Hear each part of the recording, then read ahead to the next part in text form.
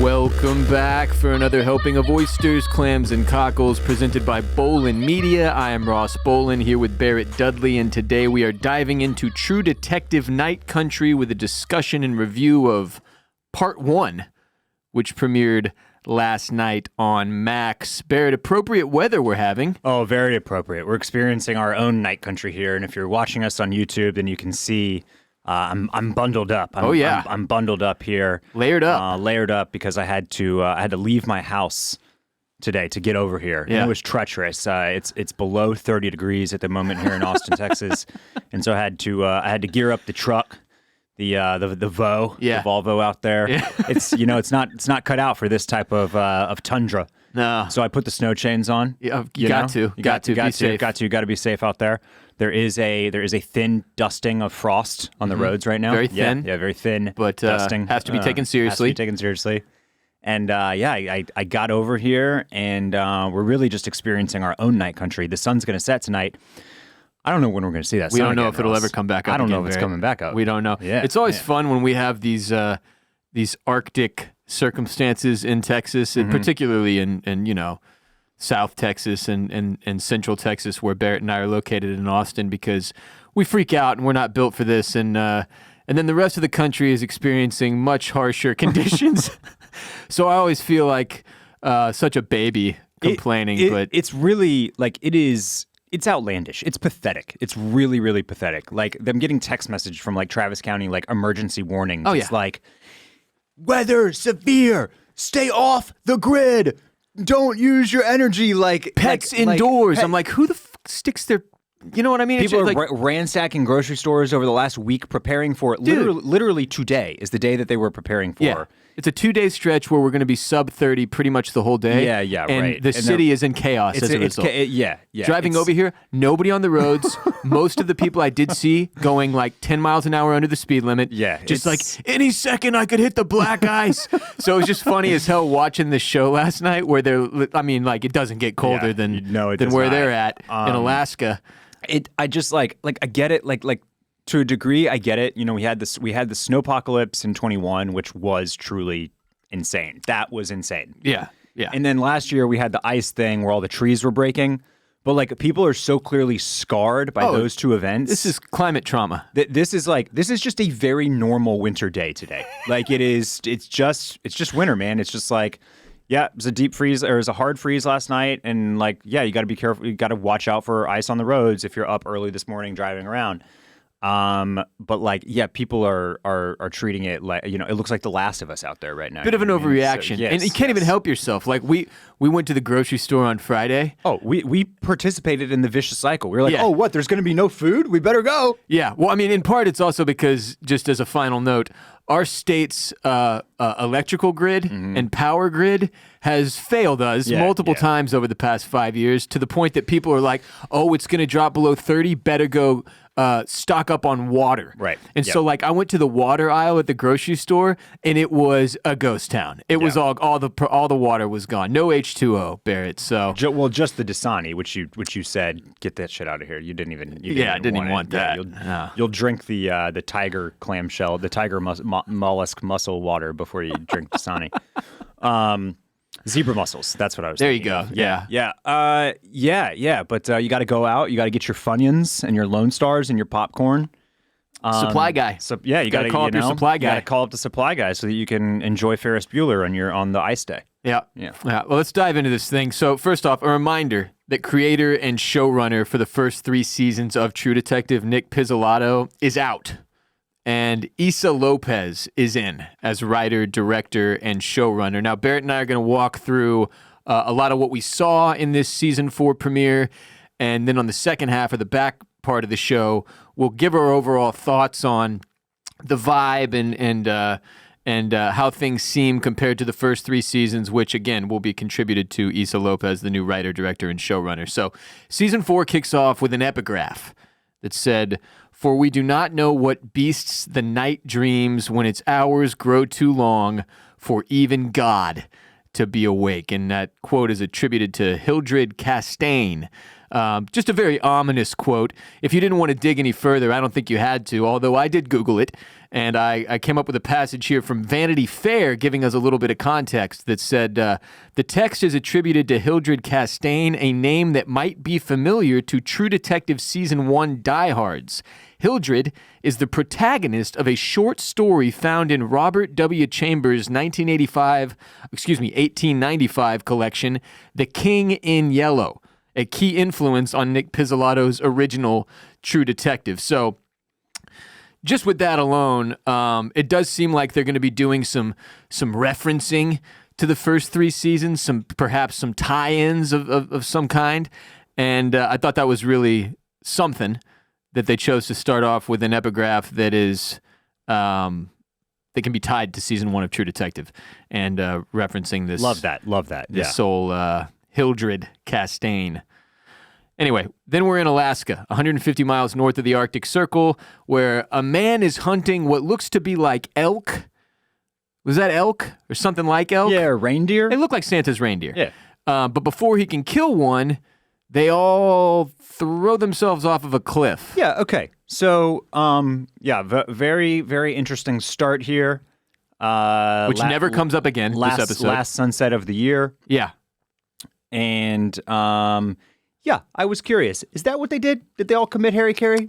Well, we didn't get the shot, to prove it. Yeah. But it seemed quite dramatic. It seemed like they were all... It seemed like the sun started to go down. And they said, we're out. They smelled something. They got spooked. And they said, we're not sticking around for this. And they threw themselves off a cliff. That is what it seemed. That's what it seemed like, yeah. Yeah. I mean, I think if they'd survived, they would have given us that shot of them 20 feet down, still running or whatever. But yeah, that was an interesting, weird scene.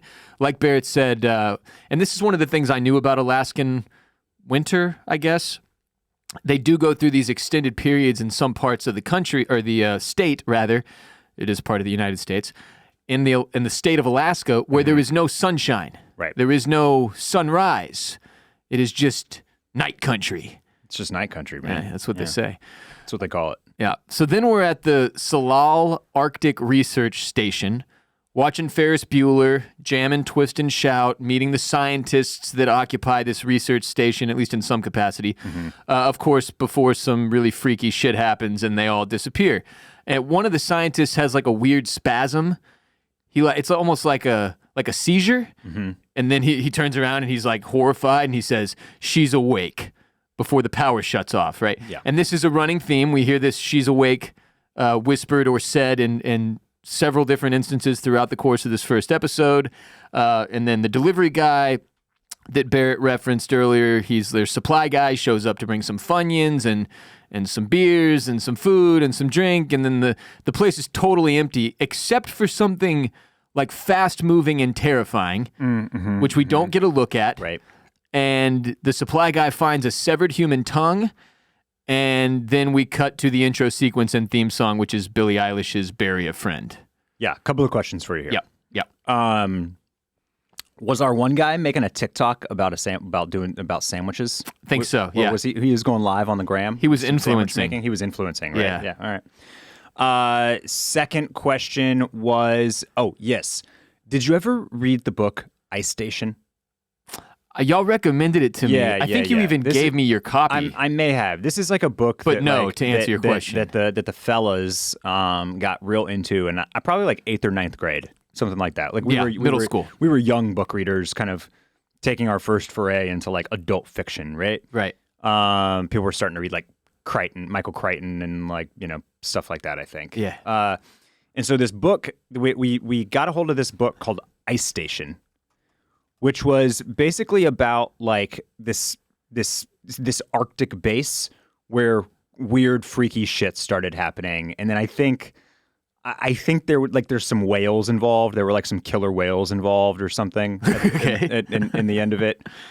It's been too long, so I can't completely recall the story of it. Yeah, it came out in 98. I'm just throwing it out there because the Salal base and the fact that some freaky stuff starts happening and we're in the Arctic and it's science and it's like something, something spooky is happening. Yeah. It very much reminds me of Ice Station a little bit. And I wonder if Issa Lopez has read this book and if there was any inspiration drawn. Ice Station is an Australian thriller, it says, written by Matthew Riley. Matthew Riley, that's right. Yeah. Yeah. Or he's an Australian thriller writer, maybe is what they're saying there. Anyway, just wanted to throw that comparison out there. Yeah. What'd you think of the intro, the sequence, and the choosing of a Billie Eilish track for this thing? I thought that was interesting. It's not what I expected. Not what I expected either. I kind of liked it. One of the But I first liked major vibe shifts, I would say.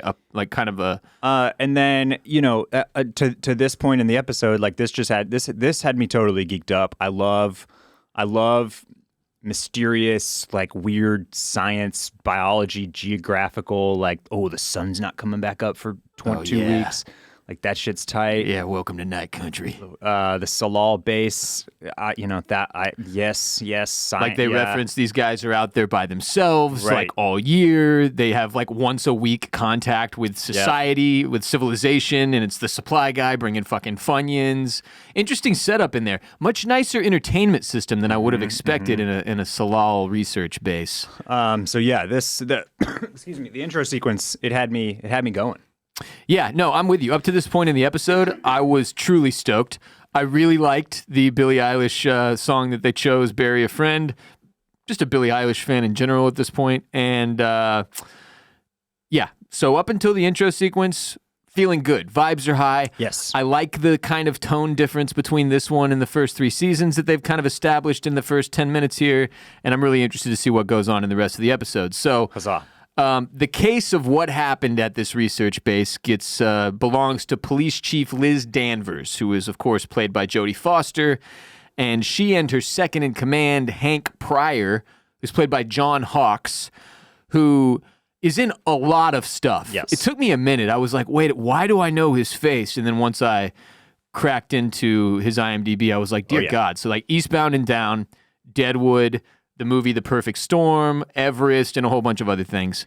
Yeah, I remember him quite a bit from a movie where he kind of plays like a cult leader. I think it was Elizabeth Olsen's big breakthrough. It's called like Mary Madeline something. Okay. Did you ever see that? I didn't see that one, but yeah, John Hawkes in a lot of things, and he's a pretty good little character actor.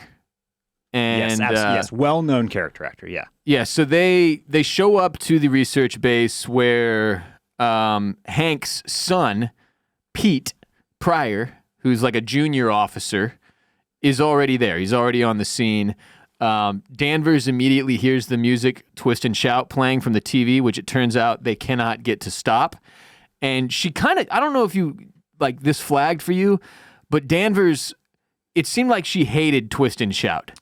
Yeah, she immediately wants that. She walks in, she's like, whoa, where's the music come from? And like busts in there, and that's priority number one, is get this thing turned off. And of course, Pete's trying to explain to her, like, hey, we've been trying to turn it off for a while. There is no turning it off. And then she finds the secret, Not a Beatles fan. Yeah, doesn't like the Beatles.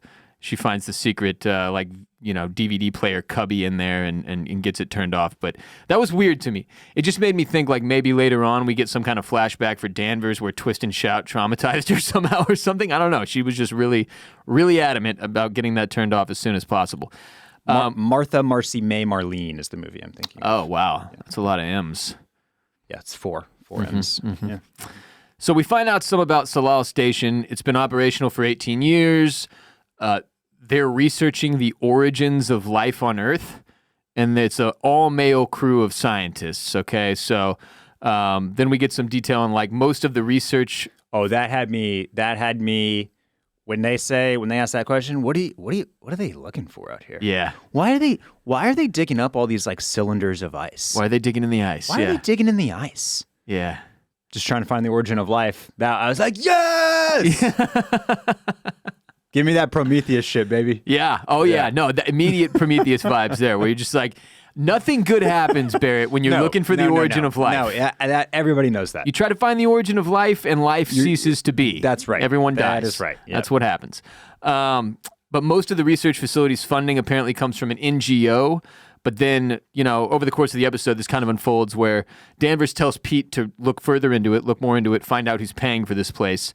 And right when he's about to tell us later in the episode, like where he's like, most of it's from an NGO, but then there's this, and then that lady in the cell who drunk crashed her car won't stop yelling. So we never get to hear what else he finds out in this episode, but you have to imagine there will be some kind of a conspiracy there involving the funding of this research facility.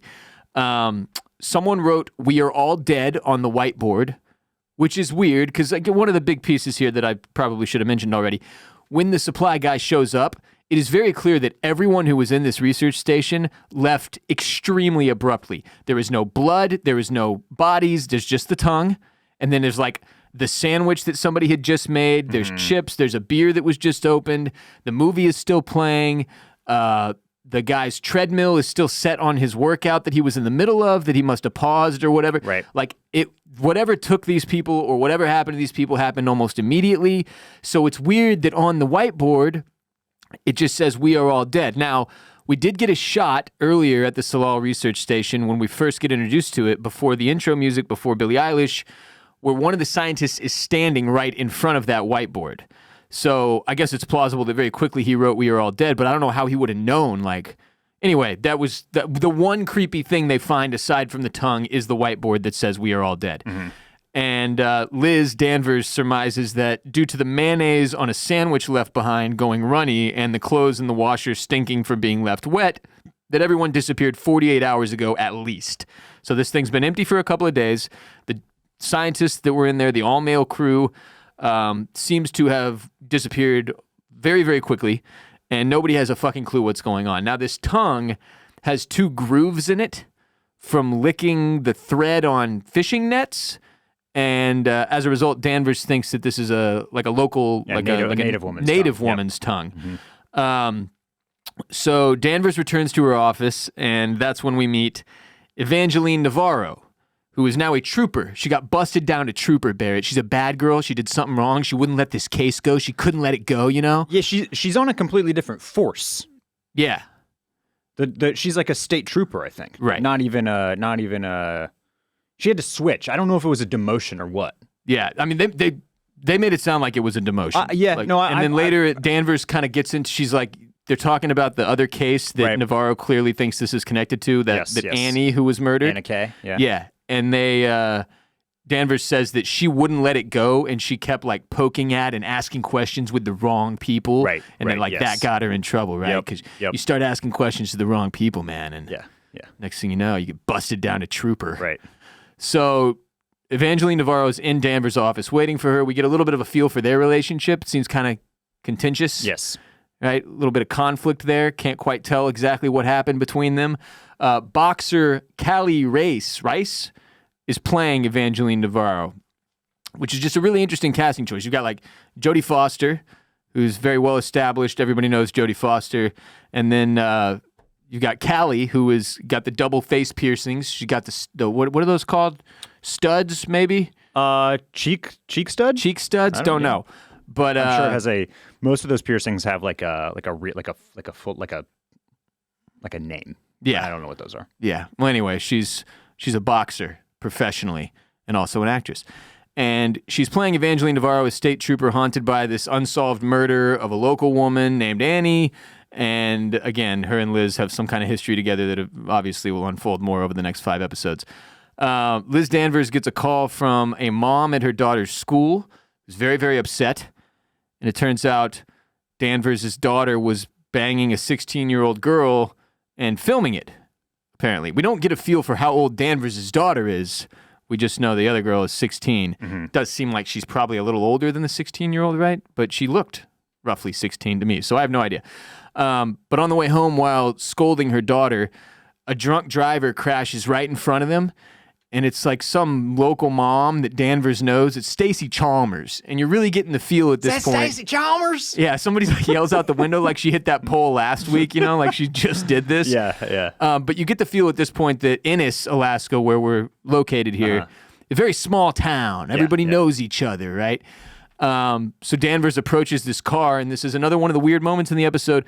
She at one point she takes a step in the street as she's approaching the car, And there's like a weird flashback or deja vu moment that occurs that we get no further context on in this episode. Correct. But there's a lot of little moments like that in this first season 4 episode where you're like, what the fuck is happening here? What is this? What's going on? It's just, there's freaky deaky shit happening in Alaska, in Night Country, in Innis after that last sunset, Barrett. That's what we do know for certain. Yeah. Laura and I were talking about, right about at this point of the episode, just like how do you end up in Ennis, Alaska? You know? I think the main way is that you are born there. Yeah. And then you don't leave. Yeah. But like, who moves to Ennis, Alaska? Who moves to a country which is always night? I think one of the answers to that question is somebody who's trying to get the hell away from everything else. Yeah, right? That's a good answer. Somebody who wants a fresh start where nobody's going to ask questions, like that kind of thing. Yep. So anyway, she handles this drunk driver, Stacey Chalmers, and just a bizarre scene unfolding there. And she's pretty like aggressively mad about it. Yeah. You know? She kind of screams at Stacey at one point. You get the feeling Stacey's been in quite a bit of trouble for drinking. Yeah, or that this, you know, I think my read was also that like clearly there's some trauma with Danvers in a drunk driving incident, which is alluded to a little bit in a future scene, in a later scene, and just that this whole thing is just like this is getting to her a little bit. Yeah. Well, you do notice that there's no Mr. Danvers around in this episode, so maybe something happened there with him, and he's gone. So yeah, because I mean, even her daughter says at one point, you know, you don't have to pretend to be my mom. It's like she was a stepmother. The dad died, and then now she's trying to be a good mom still, but like, you know, there's a weird disconnect there. Yeah. So I don't think that that's her blood daughter. Right. I think that's either like a step or an adopted daughter. Okay, yeah. Yeah. My guess was step. Okay. But I'm assuming we'll find out more. I'm sure we will. Yeah. Or just early guess, I'm just throwing a dart here, is that like her real daughter or real child died in a drunk driving accident, potentially with dad. Oh, yeah. And then maybe also this child's dad also died in that accident, and she took guardianship, maybe? Oh, yeah. Okay. That's a stretch. Well, sure, but but I'm throwing darts out here. Yeah. You know? Well, there's dots to be connected, you know? Somebody's got to do it. So the other cop, Trooper Navarro, goes and meets with the dude who's the brother of the Annie who died, who lost her tongue, right? Which we get bits and pieces of Annie's story throughout the course of the episode. She was stabbed 30 times, kicked after she was dead. Annie used to protest the mining companies, and this is a mining town. The miners or whoever's in charge, the powers that be, didn't like that. So there was the running theory was that, quote unquote, Innis killed Annie, because she was kind of standing against the entire community, and they didn't appreciate that. So Navarro thinks the tongue that they found at the research station belongs to Annie. So she goes and meets with her brother, Annie's brother, who's kind of like, listen, do we have to get back into all this? Let's just let sleeping dogs lie, for lack of a better phrase, and doesn't want to drum up all the trauma again, you know? Right. Yep. Later, we get some flashes to, like, you know, Navarro was first on the scene. She's the one who found Annie's body, and it really messed her, like, because this is the explanation for why she clung to the case to the point of getting herself bumped down to Trooper, because she saw the anger, the hatred, and the evil that was in her murder, and with the 30 stab wounds and the kicking and whatnot. So, during this conversation with Annie's brother, Navarro also has a flashback. It's to her time in the military, where she is having a little chat with a dude who has half his head blown off. Yeah. And he, like, whispers something creepy to her. So I think that I hear this word whispered at least two other times in the episode, and I think that it's somebody saying, listen. Yeah. Yes. Listen. Yeah. To who or what, we don't know. We don't know. Yeah. But just creepy whisper shit. But probably her. Listen. Who is awake. Yes, her. She. She. Who is awake, yeah. Yeah. Navarro then visits her sister, who is having some kind of a mental health episode, which apparently their mother had issues with delusions or mental health, and there's a concern that the sister will be following in her path. We're getting a lot of characters thrown at us here. One thing I would note was kind of overwhelming, because in the back of my head, just to jump forward to a larger picture thought, I kept thinking, this thing's only 6 episodes. It's a 6-episode show. Navarro's sister, you got Annie's brother. A lot of side characters being chunked into the mix here very early on. Anyway, it's something to keep an eye on. Then Navarro goes and power rides some local barkeep to fruition, and then she steals his SpongeBob toothbrush. Yeah. I like this scene because it gives you like a deeper feel for the kind of woman that you're dealing with, that the Navarro is, right? She's not fucking around. No. Very much in control and powerful with those two face studs, you know? She's working it in there, and she's not going to slow down if you ask, Barrett. Nuh-uh. She's going to get her nut, steal your toothbrush, and leave. That's correct. Yeah, don't you dare ask to slow down. Hell no. No, she's calling the shots here, buddy. Pal, you just lay there and take it. So then, I don't know, a bunch of other random shit happens, but to skip to some important stuff, Danvers finds a one-eyed polar bear stuffed animal, and she's like, huh, look at that. And then almost immediately after that scene, Navarro almost crashes her car into a one-eyed polar bear after hearing, "She's awake," whispered from no one or nowhere in particular while driving and on the phone. It was a one-eyed flying purple polar bear. Thank you, Barrett, for that remix. Any thoughts on this? What the fuck, the polar bear? I mean, beyond giving us further evidence that like weird shit happens out here in Alaska, in fucking Ennis, in night country, where there's no further sunrises to be expected for the rest of the damn year. What the fuck is this, man? What is happening on this show?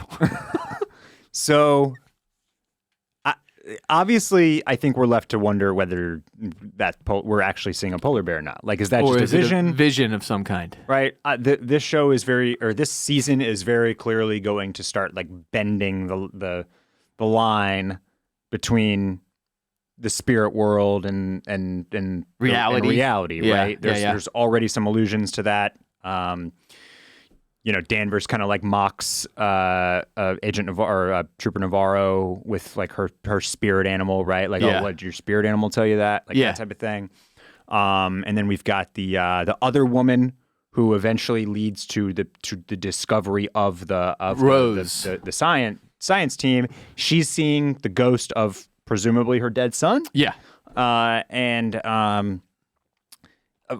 then we've got Navarro's sister who is experiencing some mental health stuff, but also is it more than that? Is it visions? Is it spiritual experience of some kind? Spiritual experience? Like what's happening? So like you see this polar bear, and it's so kind of like it's so jarring, it's so out of place, and in the middle of the road. In the middle of the road and with its one eye, right? I think you're like, okay, is Officer Navarro just seeing this, or is this actually a polar bear just traipsing through Ennis? Yeah, I mean, but the odds that like Danvers, like, oh look, the stuffed animal polar bear, it's missing an eye, right, and then this like it was just very bizarre. Yeah, it was, and I think you're probably supposed to start like maybe making the leap to, is the polar bear she? Is the polar bear the she that's awake and is gonna, create some havoc?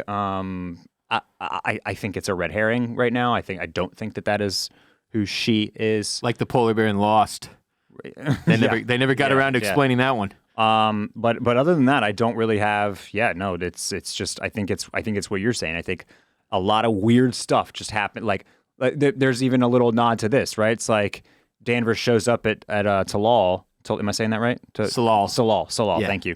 And the other detective is like, God, first night, weird shit's already happening. Yeah, like they know weird shit's gonna happen. Shit happens, but this is faster than usual during Night Country. But this is even faster than usual. Yeah. Couple more things. So Danvers, she discovers a lead having to do with Annie's jacket. Again, Annie is the woman who was murdered, and they never solved the murder.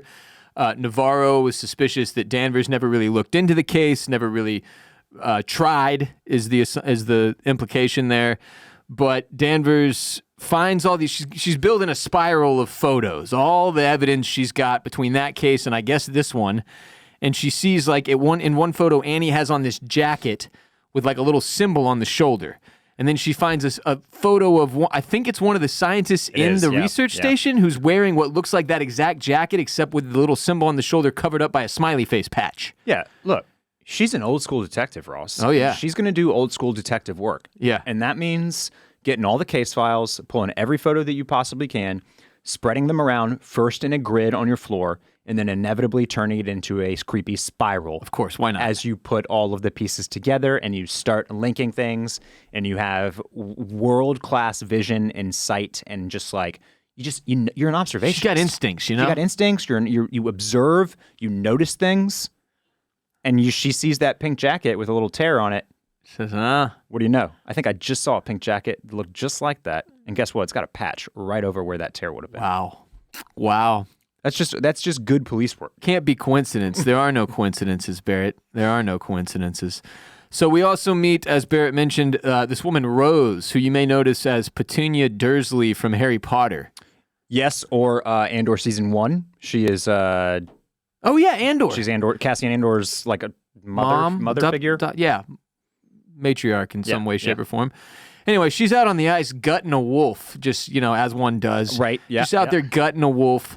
And she gets visited by her son, Travis. And we have to see this happen like 3 different times. Mm-hmm.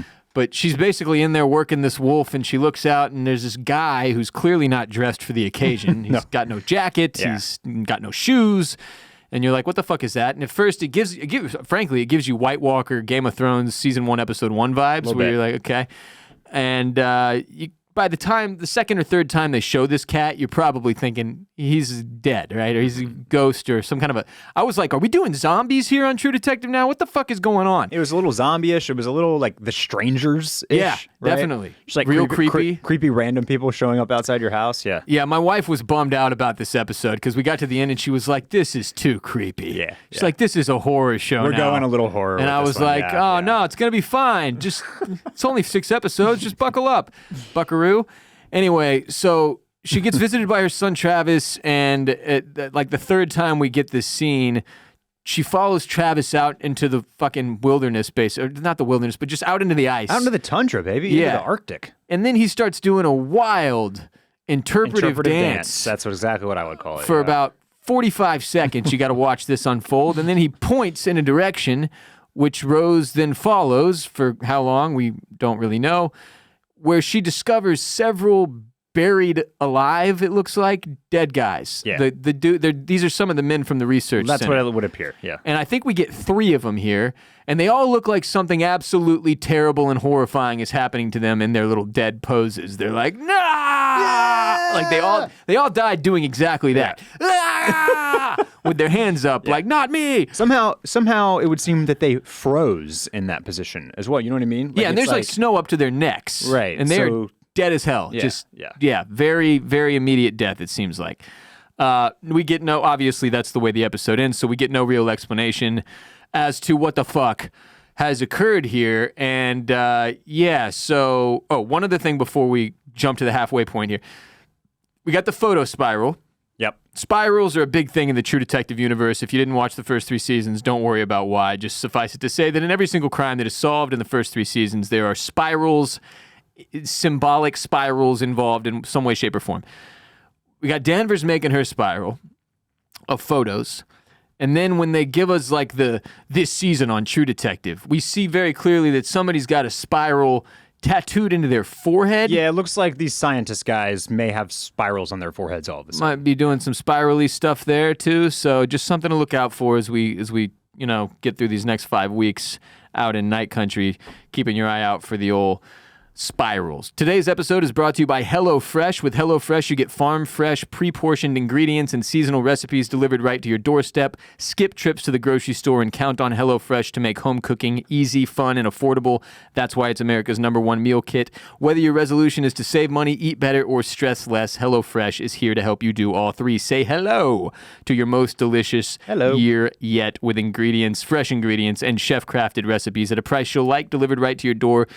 Make saving time your breeziest resolution with quick, convenient recipes delivered right to you. Just choose your meals and select your delivery date. HelloFresh handles the meal planning and shopping, so all you have to do is open your weekly box of pre-portioned ingredients and step-by-step recipes to get cooking.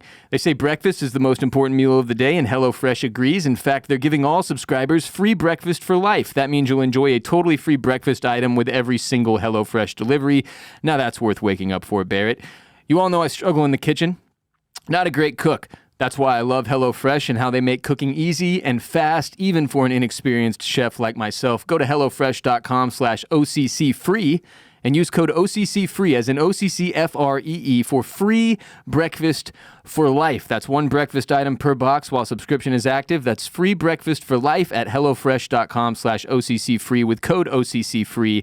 HelloFresh, America's #1 meal kit. So Barrett, what did you think about episode 1? What were your thoughts here? Yeah, so you brought up something that I kind of forgot to remember while watching, that this season is only 6 episodes. It's damn near it's a shorty. It's a shorty. It's a mini season. It's a mini series almost. And with that in mind, it actually kind of paints my review of this particular episode and probably knocks it down even a notch further than I had it to begin with, which is not to say that I didn't like this episode. I just thought that if I'm judging solely as an episode of television, that's it, just an episode of TV. Yes. What did you do for me as an episode of television? I didn't think it was great. I thought that they tried to do well, before I say what I thought, I think that it also has the potential to be a great chessboard setter of an episode, basically. Right. It could fit into this season very well as a collection of 6 episodes. But from the jump, I thought they tried to jam in too much to this episode, and I didn't think that it really had it did not, after that first intro series, basically, Yeah. it didn't have much flow. I don't know if that's something you picked up on, but I just felt like a little bounced around in the car from side to side, like, Oh, definitely. we're here. Yeah. And Danvers, Navarro. Yeah. yeah, and so just, I'm just kind of I'm throwing something out here, but the drunk driving piece, where Stacey Chalmers or whoever, I feel like maybe that whole thing could have been popped into episode 2 somehow. Yeah. And I'm just, it tried to give us so much with with Salal and the scientist and the big mystery, but also the previous murder of Anna Kay, and then the relationship between Navarro and Danvers, but also the relationship between Danvers and the other police who's not her husband, because that's not her kid, even though I thought it was at first. Yeah. But they're just, that is his son, but he's also getting married to a Russian bride that he's bringing in from the internet. Right. And Again, that's who ends up in Ennis. and then there's right, and then there's Navarro going to see Anna Kay's brother, and then there's also her going to see her sister who has mental health issues, just like their mom. And then there's also the woman with her dead ghost son, and she's out there and she's finding the scientists, and it's just What the fuck? Yeah. it was a lot, man. It was a lot, and so I never basically in the end, it left me feeling, no pun intended, just a little cold, because I don't feel like I got any one good thing to kind of grab onto and being like, this is what we're about. This is Night Country. You got so much that it feels like you didn't get anything. Yeah, a little bit. And I mean, I liked what you said earlier. I thought up until the intro sequence, there was good momentum. You're like, okay, all right, some freaky deaky shit happening out here. Yep. I like it. Let's see what we got. And then they kind of never regain that same magic. And obviously, look, my read based on reviews of the show on the whole, none of which I've read specifically, but of which I'm aware, the show is being critically received at a high level. Extremely high level. People are saying Yes. it's the best season of True Detective ever, which is putting it up against one of my favorite seasons of TV in the history of television in season 1 of True Detective. And in my book is also blasphemy to say anything that, come on, shut the fuck up. Best season of True Detective ever. That's insane. But because of that, my read is that this first episode is all setting up the chessboard, as you put it. And I would agree with that. And I definitely have kept that in mind. Obviously, the people that are able to write the reviews, once They've the seen embargo's it all, lifted, I think they've seen it. I think maybe all of it has been released to them. Yes, yeah. They should have the full season to screen. At the very least, they've seen, like we always like to say, at least 3 episodes, I would imagine. Right. You know what I mean? So I still have really high hopes, and I know that the way that I'm talking about this episode makes it sound like, I'm kind of... it was a bummer? Like it was a bummer, like I'm pooping on it. And that's not really what I'm trying to do. It's just just as 60 minutes of television or 52 or whatever it was. It was okay. It was okay. Yeah. I'm completely with you, though. I don't think you're being harsh. Yeah. I think most people who watched it probably feel that way. A little bit of steam there at the beginning. kind of you get lost in the crazy mix of all the shit that you're shown over the course of the rest of this episode. And to me, when it ended, I immediately had some concerns. My biggest concern being there are 5 more of these. You just introduced us to all this stuff, all these people, what are seemingly some very complicated relationships. Now you're telling me in 5 hours, you're going to make all of this first episode make sense and be worthwhile? And put together some type of like mystery that coalesces and congeals into some combination of like weird spiritual ghost mixed with maybe a killer polar bear mixed with probably some NGO doing bad shit on the account of the government or somebody. Right. Mixed with regular evil people who are murdering dudes mixed with some other like that's a lot. It's a lot. You have a lot to do in 5 episodes. Yeah, now. I mean, this one ends and you're going, okay, so wait a minute. Are there aliens? Yeah, Are there maybe. monsters? Maybe. What is it? Because we see that when the supply guy shows up, something zooms fucking by there that, like I said, had White Walker from Game of Thrones vibes where you're just like, well, that's not good. By the way, that guy survived. I was shocked that whatever that was in there let him live because he's the one who called the police to come out after he finds the tongue. But yeah, look, you're obviously given a hell of a lot more questions than you are answers in this episode, and that can be a little frustrating as a viewer. As to be expected from Now, episode 1. All that we just said considered, I do think that's also where the opportunity for greatness comes in, because you give us this many questions, this much mystery, and this much confusion in the season premiere. If you do perform the miracle of wrapping it all up and making it make sense and be worthwhile by the end of the season's run, then you have done something special. And that's what I felt like when I was like, okay, they have set themselves up to really have to pull off something crazy to make this first episode make sense to me. And I'm really interested in seeing how they do that, because look, and it also had very different vibes, like a very intentional vibe shift from the first 3 seasons under Nick Pizzolatto. Yes. And they go so far as to, like, this show is called Night Country. True Detective is the subheader. Yep. It's like True Detective, Night Country. And that's like, to me, that was a big deal, because it's kind of like we've seen this happen with other brands, other existing IP, where they kind of hand off, like Andor is a good example. It's Star Wars Andor, right? Like it's like with House of the Dragon, it's like Game of Thrones, House of the Dragon. Right. You know what I mean? So like it's existing shit that gets turned into something else, and like where the original creator is no longer involved, so his title gets bumped down to subheader, and there's a new title that that presents itself for the season. In this case, it's obviously Night Country, but there was a pretty distinct vibe shift from those first 3 seasons to this one. It's less gritty and a little more personality driven was one of the things I took from it, where it's like, really the first 3 seasons, almost every single one of them minus season 2, which is just a total anomaly of dog shit. You're focused on 2 detectives and their personal lives and their personal beliefs about the case and what's going on. This has a little more scope to it. There's a little more like the scene where she busts in Danvers and she's trying to turn off Ferris Bueller, and the junior detective that's what's his name's son is in there. Like, he's clearly already looked into it. There's a lot of humor sprinkled in there, like a good little laugh when he's like, nope, I already checked that box, did that thing already, pressed that button, did this, and oh, look at that, you found a little fucking secret cubby. But yeah, so the vibe shift was interesting to me. I like that it's kind of establishing itself in a slightly different tone while still playing in the same ground. Well, and yeah, you kind of mentioned the grit of the first 3 seasons, and I would say that like the first 3 seasons go harder on like the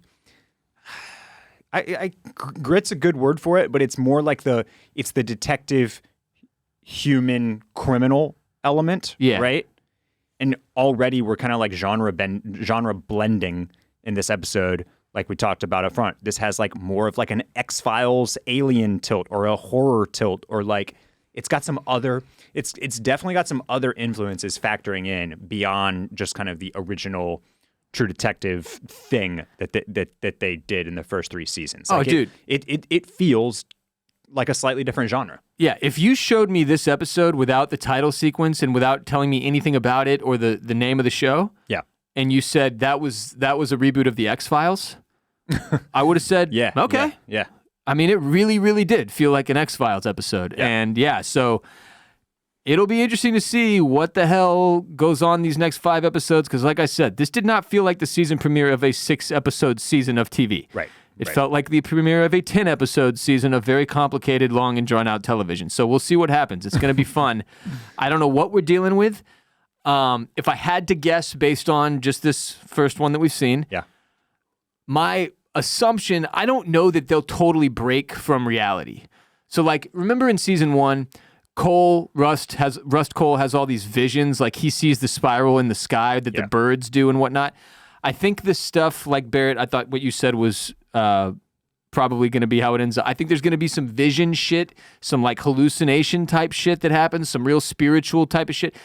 I don't know if we're going to completely break with reality and have this be like aliens or some fucking ice monster that's come up out of the ice, like they accidentally unleashed a fucking, frozen monster that's been down there since before man or whatever. Like, I think they're going to take us in those directions and make us think all that shit, and then there will be some perfectly scientific explanation for, in fact, what has happened to these people. Scientific and human-caused explanation, most likely. And I agree with you. I think that's probably one of the themes that they will stick with is that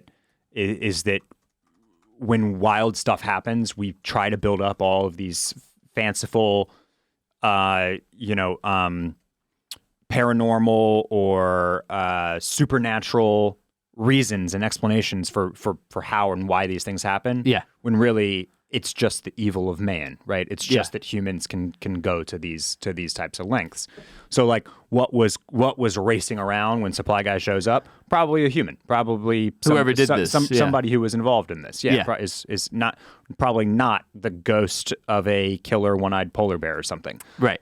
Who also Yeah, and for people who are familiar with like the Dyatlov Pass incident, it was this crazy event in the Ural Mountains in 1959 where this group of Russian hikers, Soviet hikers, like they all died, but in really weird circumstances where like very clearly in the middle of the night, like some kind of super quick freeze or some shit happened, and like one of the things you do if you get bad hypothermia is you try to strip all your clothes off because you actually feel hot when you are freezing to death. Okay.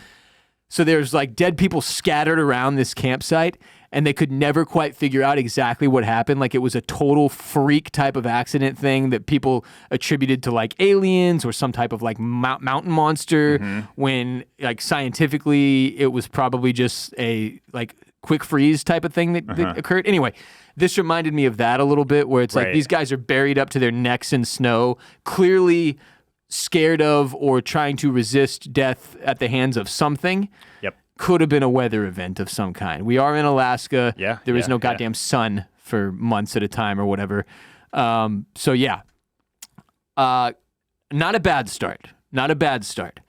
Not as great as I expected, I think, based on the initial feedback from the press. Yep. But certainly they could be cooking with something here. And I thought Jodie Foster was great. Jodie Foster was great. Callie Reese was good. John Hawkes was good in limited time. Yeah, that was probably the most encouraging thing for me, is that, as you would expect, all of these performances were pretty dialed in from go. Yeah, solid writing, just not enough time in 1 hour to give us enough to, I think, feel satisfied with the amount of mystery occurring so far. So we'll have to wait and see how it goes with episode 2, which obviously airs this Sunday back on Max. And yeah, I mean, probably the most shocking thing to me was that they bumped True Detective down into that small font for the title. I was like, wow, they're really doing it. It makes me wonder if, like, will True Detective Season 5 be, True Detective Day Country or whatever, you know what I mean? You know what I'm saying? Like, are we gonna do a different title for every season now, and that's the overriding thing? That would be my guess. Yeah. Probably bring in new creators, type of thing, to like take their turn at the wheel. Yeah, basically. I like that. That could be it. Good for Pizzolatto. I'm sure he's getting paid off all this. He's an executive producer still. Of course. So is McConaughey and Woody Harrelson. Yeah. I love that they get their names in there. They crushed one season of TV, permanent executive producer status on that program. Did we miss any important stuff? Almost definitely in the scene work and all of that. No, I mean, I don't know. Not a lot of light. This is gonna be dark. If you didn't, people forget that it's a country that where it's always night. Yeah, it's dark at nighttime. This is night country. Yeah.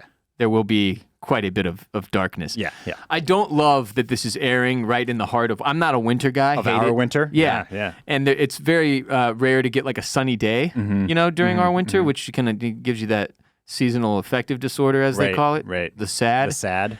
And I don't want the sad to be further ratcheted up by the sad on this show, and I think it's going to happen. I kind of liked it. I kind of liked that the vibes. You like the vibes fitting? Like, yeah. you're in your house, you're bundled up, you're getting cozy on the couch because it's because who knows what type of terrors lie outside in that 28 degrees, in that 28 degree weather.